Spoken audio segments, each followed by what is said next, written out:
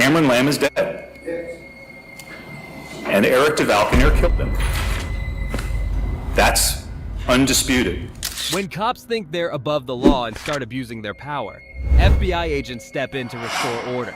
Watch as these rogue officers get a reality check and face the consequences of their actions. In the first video, watch as one out-of-control cop faces a judge and gets served justice. Inspector J, over and out.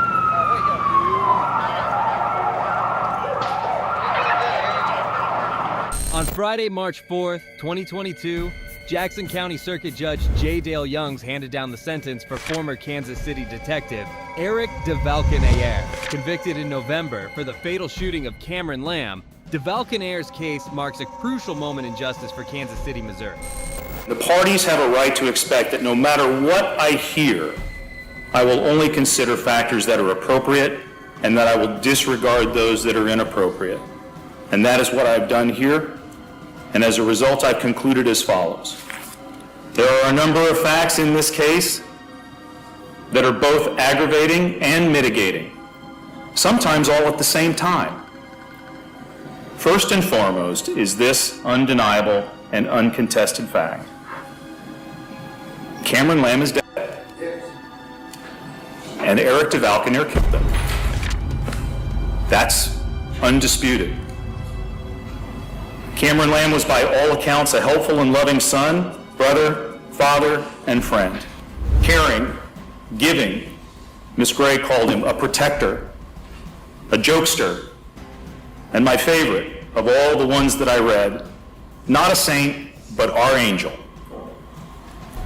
Cameron Lamb's death leaves an irreparable and unfillable void in the lives of his family and his friends, and also in our community. Also, as I'm weighing all these facts, it can't be overlooked that the events of December 3rd of 2019 were initially set into motion by Cameron Lamb and his decision to chase his girlfriend through city streets at dangerously high speeds, putting motorists and other members of the public at risk. However, those events tragically concluded with the actions of Troy Schwam and the defendant. Judge J. Dale Youngs unequivocally labels Eric DeValconaire as the undisputed murderer of Cameron Lamb, highlighting the profound emotional and financial toll on Lamb's family. Driveway, immediately getting out with his weapon drawn, rapidly moving into the backyard, carport, garage area of the house, and defendant doing the same. Both without taking a breath, without pausing for the briefest of moments to consider where they were going, what they would find when they got back there, whether they were acting lawfully in doing so, and whether there might be some other safer option, without so much as a, "Hey Troy, wait." At any point, Sergeant Schwam and the defendant could have done this, a fact that is made even more aggravating as the court considers an appropriate sentence in this case by the fact that the one person who ultimately did take a breath that morning was Cameron Lamb. He did this when at some point, while he was chasing his girlfriend, the video from the helicopter shows this decision, shows how it played out. Cameron Lamb is not racing through the streets of his neighborhood at this point. He's not driving through yards to get away from anyone. He does not abandon the truck and let it roll into someone's yard while he flees on foot. Rather, he simply pulls into the driveway of his home, pulls around back, puts the vehicle into reverse, and slowly begins backing it down the driveway under the carport and into his garage. Then Sergeant Schwam and Eric DeValconaire arrive, and as the court has found, an encounter that was over and a situation that had de-escalated was again escalated by what I have found, rightly or wrongly, was their unlawful entry into the backyard carport area and confrontation of Cameron Lamb. The judge criticized the officers for their flawed actions, emphasizing that a more measured approach could have prevented the escalation and saved Cameron Lamb's life. The judge's remarks highlight how crucial sensibility and calmness are in critical moments. Described during the trial, however, also provide the court with a mitigating factor. I found, as I've considered the evidence in the case, that the defendant, Eric DeValconaire, testified credibly at trial that he was rushing to provide cover for Sergeant Schwam, who had rushed into the backyard with his weapon drawn, prompting the defendant to do the same from the other side of the house. Although not in the court's view, again, rightly or wrongly, negating his obligation to act with reasonable care as the court found he has failed to do, his natural reaction to protect his partner is a factor for me to also consider. They are different legal concepts. They are different things. Eric DeValconaire is not Derek Chauvin, who murdered George Floyd. Eric DeValconaire is not one of the 3 men in Georgia convicted of running down and murdering Ahmaud Arbery. This is a mitigating factor. Defendant has no prior criminal history. His ORAS scores him as a low risk in all categories. Defendant's history as a police officer, husband and father, friend and colleague is also a mitigating factor that I have taken into account, as his father asked me to do, which I was already going to do, and that is to consider the totality of the circumstances and to consider the totality of the defendant's life. The judge further condemned the officer's actions, pointing out the unlawful factors that directly led to Cameron Lamb's death. Emphasizing the gravity of their misconduct, Judge Young stressed how their decisions breached legal and ethical standards. Defendant's career and his life that have been presented to this court have demonstrated he has not hesitated to immediately take action when he believed the circumstances surrounding him warranted it. And this trait has generally served him and others well. It also failed him, as it did on December 3rd of 2019. All of which, however, leads the court back to where it began, an evaluation of the impact of the defendant's crime on Cameron Lamb and his family. Cameron Lamb is dead. Eric DeValconaire killed him.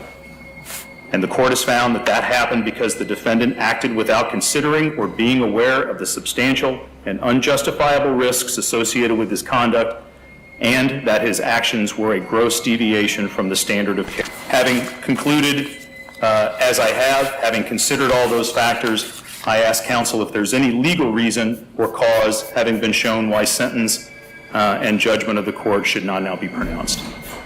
Not from the state. No, sir. Eric DeValconaire, on count 1, the Class E felony of involuntary manslaughter in the second degree, I sentence you to a term of incarceration in the Missouri Division of Adult Institutions of 3 years. On the unclassified felony of armed criminal action, I sentence you to a term of incarceration of 6 years in the Missouri Department of Corrections. Those cases, or rather those counts and sentences, will run concurrent with one another for a total term of incarceration of 6 years. Eric DeValconaire was found guilty of second-degree involuntary manslaughter and armed criminal action, leading to a 6-year prison sentence. However, he was granted a 2-year bond, allowing him to remain free while his appeal process unfolds. I heard the other bed pop. He told me, I had to. Look, and he's moving between his legs. On March 14, 2024, Officer Henry Chapman assisted with a traffic stop involving a driver who was speeding and had an outstanding federal arrest warrant. During the stop, Chapman's attention was drawn to the cash in the suspect's possession, leading him to commit a despicable act. Hey man, come step out here real quick. I'm gonna show you something.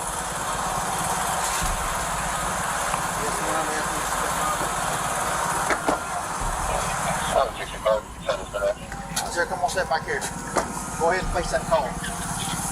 Press phone on the top of it. What am I? You're being arrested. Too. That's not happening now. So you are under arrest at this time. You have a warrant out for your arrest. A warrant for what? I'm gonna show it to you in a moment, okay? Go ahead and see this. Say, what is my money on the clearance right there, guy? What? Oh, okay. What is that? That's not mine. I've never seen it in my life. What are you doing with my property then? I'm gonna hold the window down and tell you what you're here for. The suspect was stunned to learn about the outstanding warrant for his arrest, finding it surprising and alarming in the midst of the traffic stop. Big money. We'll put this in the bag for you, okay? Yeah, here. Here you go. I got you. Yeah, she's counting it right now. You're gonna watch me, okay? I heard the rubber band get popped. Okay. Check it out. 1, 2, 3, 4, 5, 6, 7, 8, 9, 10. 1, 2, 3, 4, 5, 6, 7, 8, 9. Excuse me. Yeah. I'm not trying to question you. Let me count it first. And No, then can you look in between his legs? Sir, listen to me. Tell me how much cash you had on you. What was the amount? I just want to see. I'm not gonna lie. Can you check? I'm not going nowhere. Can you check your fellow officer for me, please? Yeah.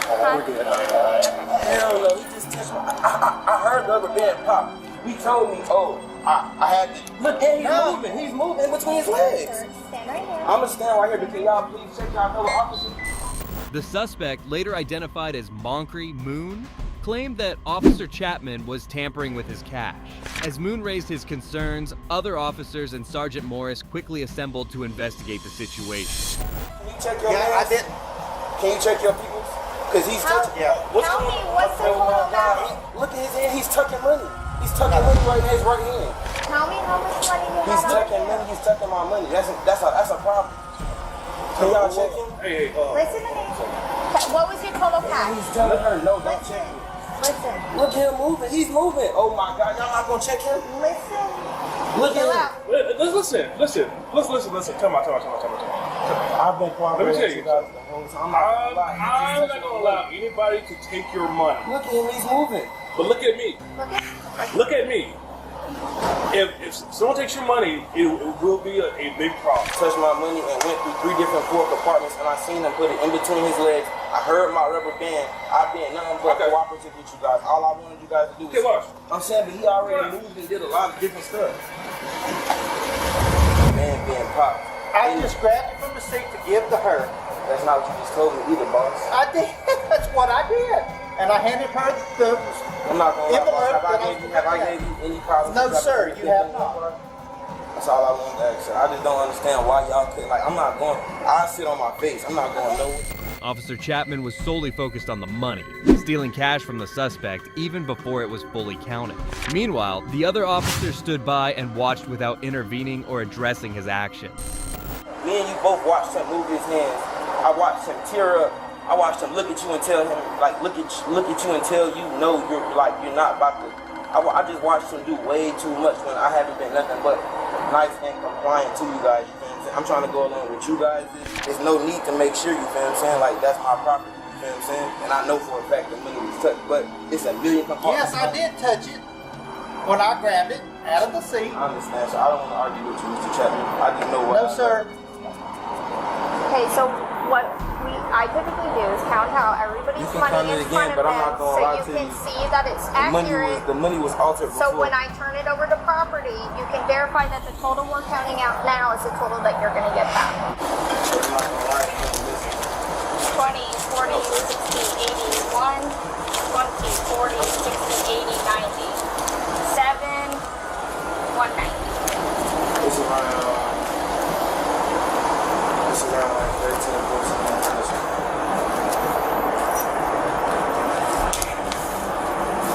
Okay, so we haven't documented that you're saying that, okay?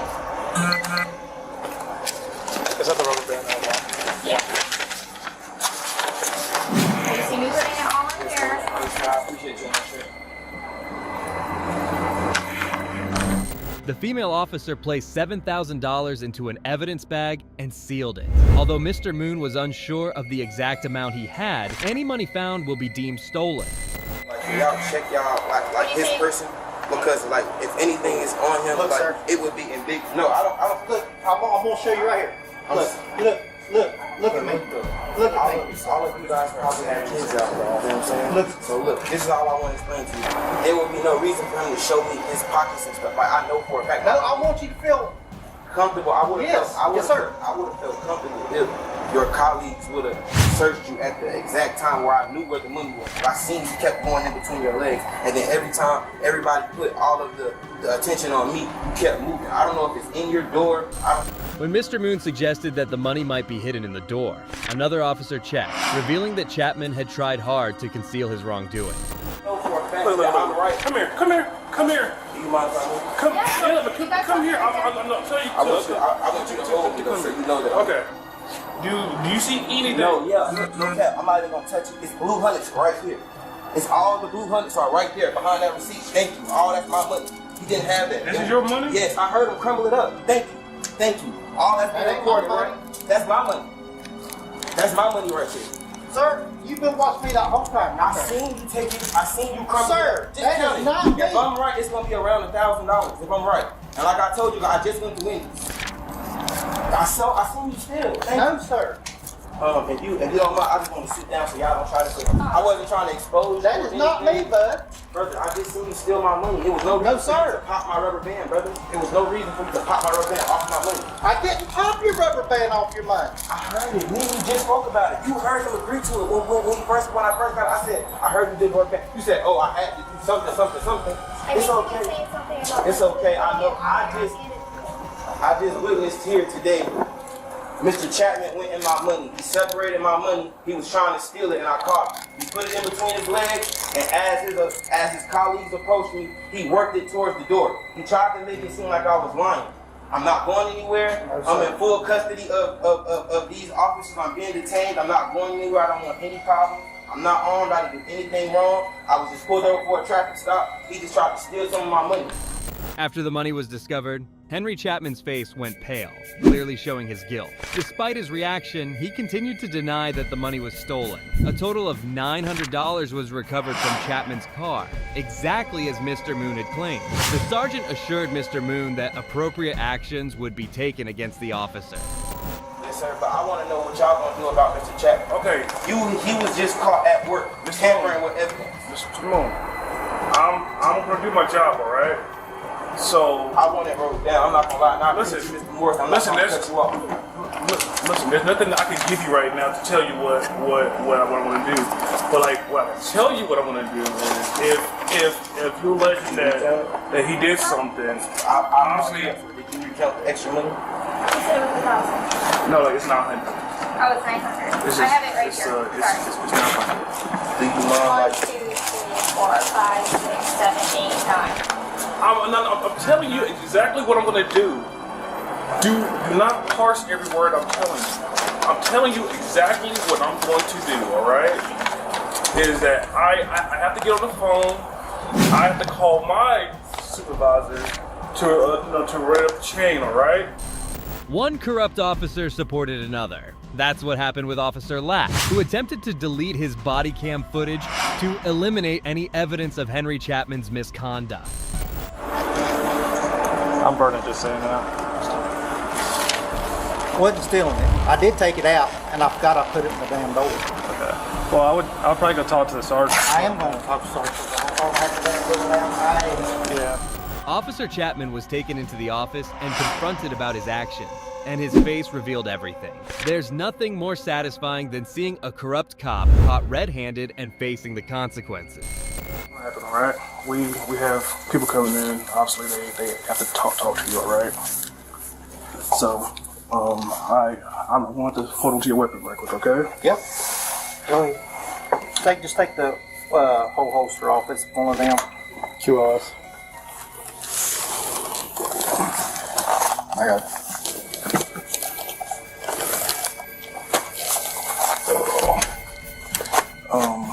Sergeant Burke and one of his detectives going to come and speak to you, all right? So, just chill out, relax. Do you need anything? No, I just want to apologize to everyone. I say, man, one of these things, dude. And I'm sorry. Right here, brother. Just want to say I'm sorry. Gotcha, brother. Well, we're gonna walk out of here and close the door, okay, until they get here, okay, buddy? All right. Let me know if you need anything, all right? I'm good as far as I appreciate it.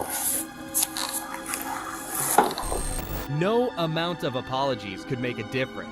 Eventually, Mr. Moon was taken to the interview room, where Sergeant Morris conducted an administrative interview regarding the incident.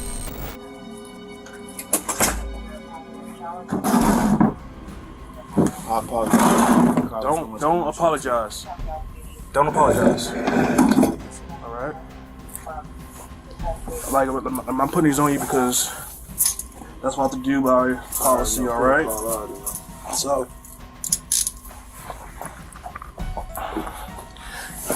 what this is going to be a administrative interview. All right. So, like, I'm not.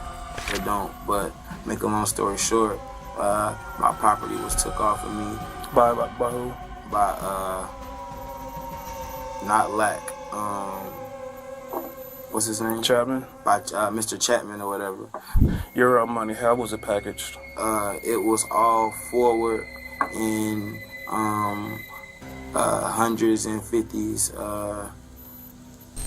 The officer believed he could easily deceive the arrestee, but little did he know, this suspect was a sharp-eyed detective who even knew the exact order of his money.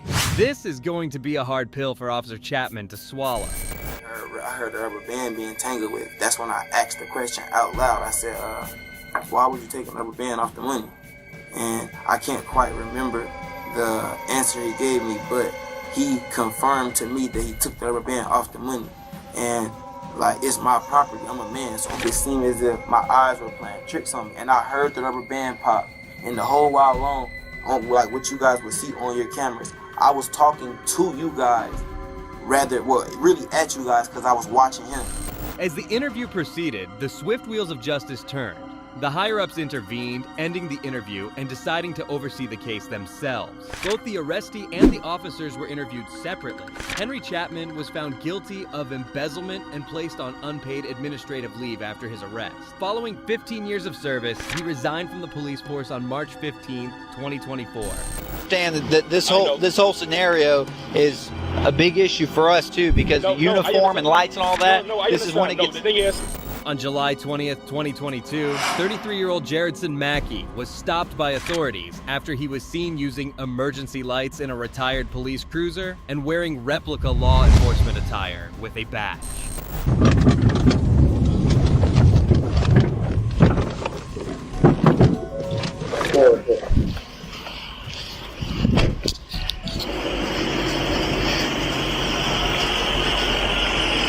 Hey, partner. Hi. Hey, I'm Officer Park with the Acworth Police Department. how are you? The only reason why I'm pulling you over, I guess y'all were, well, that's my chief of police right there. He saw y'all go around traffic. He was trying to figure out who y'all are with or what was going on. Okay. So he called out on the radio and asked for a marked unit, and that's why I got you pulled over. That's fine. So, I'll just let him come up if you want to ask. Who y'all work for, Georgia Metropolitan? Yeah, I'm an off-duty hero operator. Oh, off-duty hero operator? How you doing, Chief? Hey. I'm an off-duty operator. I just working off regular detail. That's my ID. You can see all the lights on. Why is the car registered to an individual? That's mine. This is my company. So what are you doing with all these red lights? Sorry? Why all this emergency lights?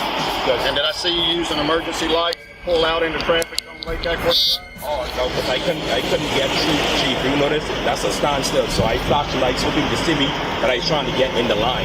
Who do you work for? This is my company. I'm an off-duty hero operator. This is my company. Okay. Yeah, I do criminal details. Yeah. So you look like me, you're impersonating a police officer. Oh, no, sir. I'm not impersonating, sir. You got any ID on you? Yes, sir. We look in the front. We look in the front. I see red lights. I saw red lights when you pulled out. Yeah, that's sir. That's when it activated to the back. Yeah. Where's your ID? Right, yes, Chief. Yeah. Do you have a lighting permit for the vehicle? Yeah, right down the glass. He was pulled over and explained that he was an off-duty hero who owned an off-roading company. Be right back with you, okay? Yeah, he's got a light permit. I'm just looking at this, sir.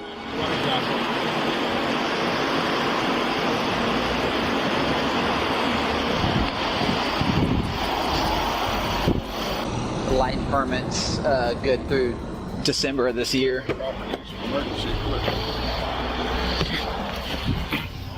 Hey, Chief, what do you say that cross was where you saw him activate the lights on Lake Acworth?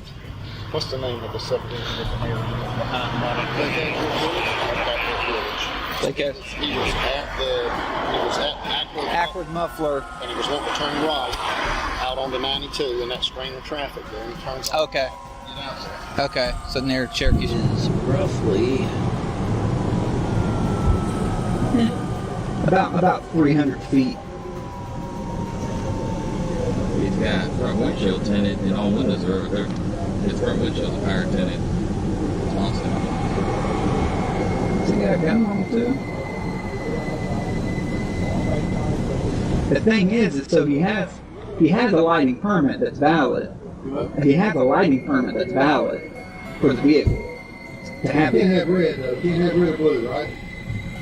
That's what I'm curious about. If he has a company that does escorts, I'd have to look back in the law. I would assume it's amber and white. But at the very least, from what Chief's saying, he's improperly using them. He's not on an escort. He's just trying to keep his way in the traffic. So at the very least, I don't want improper use of emergency equipment. The officers determined that while his lighting permit was legitimate and valid, his use of it was illegal because he employed it to bypass traffic. Speeding down Brown Road. Yeah. It's just I didn't, Chief didn't give me a number, so I don't know if he was pacing them. I don't think Chief was pacing him. He didn't tell me exactly how fast he was doing, and he was saying 37. 57? Oh, okay.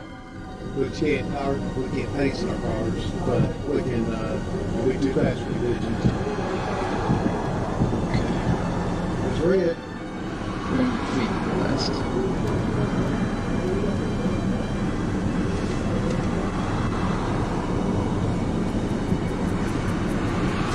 Can't have red or blue, right?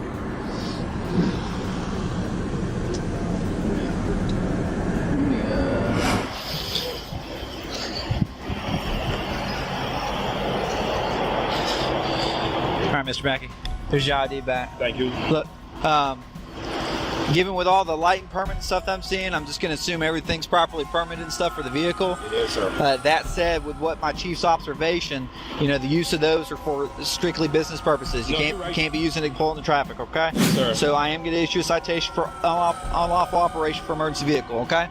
Just here. I know, let me just talk to Chief real quick before, because I'm telling you how it's going to work. Even though I'm doing this on my private side, once I get this ticket, G-Dot is going to ground me again. I'm going to get grounded. And that's why I'm trying to don't interfere my personal business with G-Dot.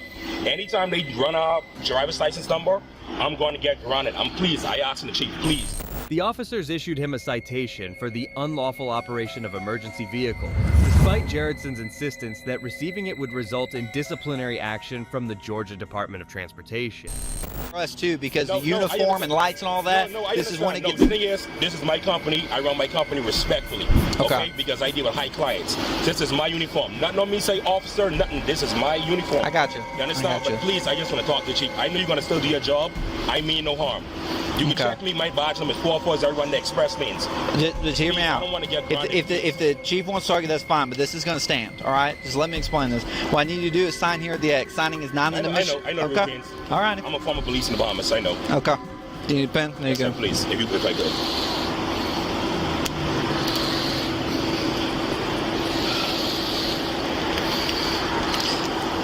Everything I point out to everyone else, auto-generated court date right now is showing for the 18th of August at 9 a.m. at our court. The address is right there on the back station. Give them a call and they'll explain everything to you. Okay. Do you have any further? Do I have to attend the court? I just to pay it because I really. Once you contact that number, they'll tell you all your options. If you can just pay it outright, and they'll explain your payment problem. Hey, Chief. Have you got a business card? Yes, sir. Can I step out? And you're all hot, but what about all these people in there? I know. That's why the windows for them. Yeah, I'm trying to crack the window right now, Chief. Won't you open all the windows so that? No, the thing is, when I ride, the air, the compressor is going to kick in. Yeah. Chief. Yeah. I'm not trying to be no pain in your hip, but Chief, please, man, I don't want to get grounded. Please, from G-Dot, please. I get that. I live in the community. I live right there on 3485. I'm not a bad person. Please, Chief. I beg of you. I don't think you're a bad. Let me have your business card. I don't think you're a bad person. No, I just don't want to get. You're impersonating a police officer.